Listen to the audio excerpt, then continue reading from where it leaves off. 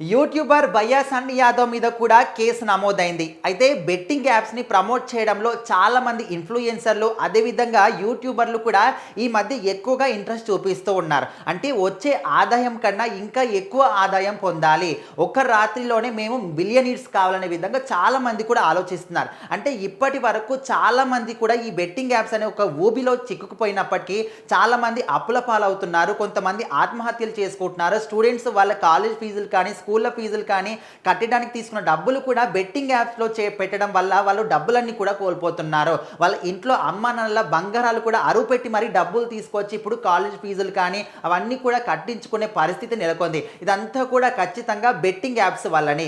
ఈ betting apps అనే ఒక భూతాన్ని తీసుకొచ్చిన వ్యక్తి ఎవరో కానీ వచ్చినప్పటి నుంచి స్టిల్ ఇప్పటి వరకు ఎంతో మంది ప్రాణాలు కోల్పోయిన వాళ్ళు ఉన్నారు, ఎంతో మంది ఆస్తులు కోల్పోయిన వాళ్ళు ఉన్నారు, ఎంతో మంది వాళ్ళకి సంబంధించిన ప్రాపర్టీస్ కానీ వాహనాలు కానీ ఇవన్నీ కూడా అరువు పెట్టి మరి ఈ బెట్టింగ్ యాప్స్ని మాత్రం ఖచ్చితంగా ఆడుతూ ఉన్నారు. అంటే ఒక్కసారి దీనికి అలవాటు అవుతే ఎంత నష్టపోయినా కూడా అరే ఇంకా ఆడాలి ఇంకా ఆడాలని ఒక అదే మైండ్ ఉంటుంది తప్ప అరే దీనివల్ల నష్టపోతున్నాము ఇది వద్దు మనకు అనే విధంగా ఎవరు కూడా ఆలోచించట్లేదు. సో అలాంటి వాటికి ఎందుకు అలవాటు పడుతున్నారు యువత కూడా? అంటే ఏదైనా ఒక జాబ్ చేసుకోండి, మీరు చదువుకుంటున్న చదువుని ఇంట్రెస్ట్గా చదవండి, అదే ఇంట్రెస్ట్ని వీటి మీద పెడితే మీరు బాగుపడతారు కదని ఎంతమంది ఎన్నో రకాలుగా ఇటు పోలీస్ యంత్రాంగం కానీ ప్రభుత్వం కానీ ఎంతమంది చెప్పినా కూడా వీళ్ళందరూ కూడా వినట్లేదు. అదేవిధంగా యూట్యూబర్లకు కూడా మనకు అందరూ కూడా తెలుసు సజ్జనార్ సార్, ఆయన ఇప్పటి వరకు చాలామంది యూట్యూబర్లకు కానీ ఇన్ఫ్లుయెన్సర్లకు కానీ ఎన్నోసార్లు నోటీసులు ఇచ్చారు, కేసులు కూడా నమోదు చేశారు, అయినప్పటికీ కూడా ఎవరు కూడా మారట్లేదు. రీసెంట్గా చూసుకుంటే లోకల్ బాయ్ నాని ఆయనకు కూడా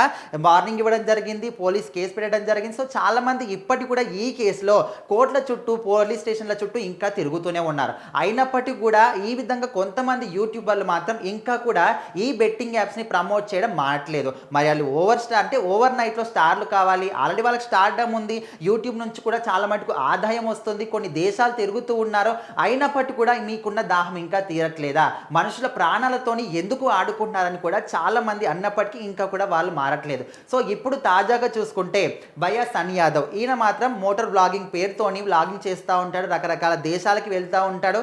అంటే ఇంతకు ముందు వరకు ఈ మోటో బ్లాగింగ్ అనేది ఇతర దేశాల్లోనే ఉండేది. సో ఇప్పుడు మన తెలుగు రాష్ట్రాల్లో కూడా మన దేశంలో కూడా ఎక్కువగా చాలా మంది కూడా అయినారు, ఇది ఒక వృత్తిగా కూడా ఎంచుకొని వాళ్ళు చేస్తున్నారు. ఓకే, వృత్తిగా ఎంచుకున్నారు, చేసుకుంటున్నారు, అంతవరకు ఓకే.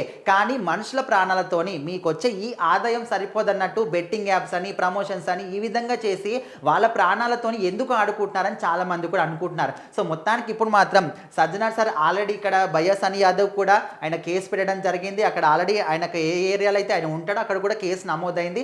మరి ఇంకా ఎవరైనా ఉన్నారో ఖచ్చితంగా ఇప్పటి నుంచి అయినా ఇలాంటి బెట్టింగ్ యాప్స్ని ప్రమోట్ చేయడం ఆపేస్తే బాగుంటుంది.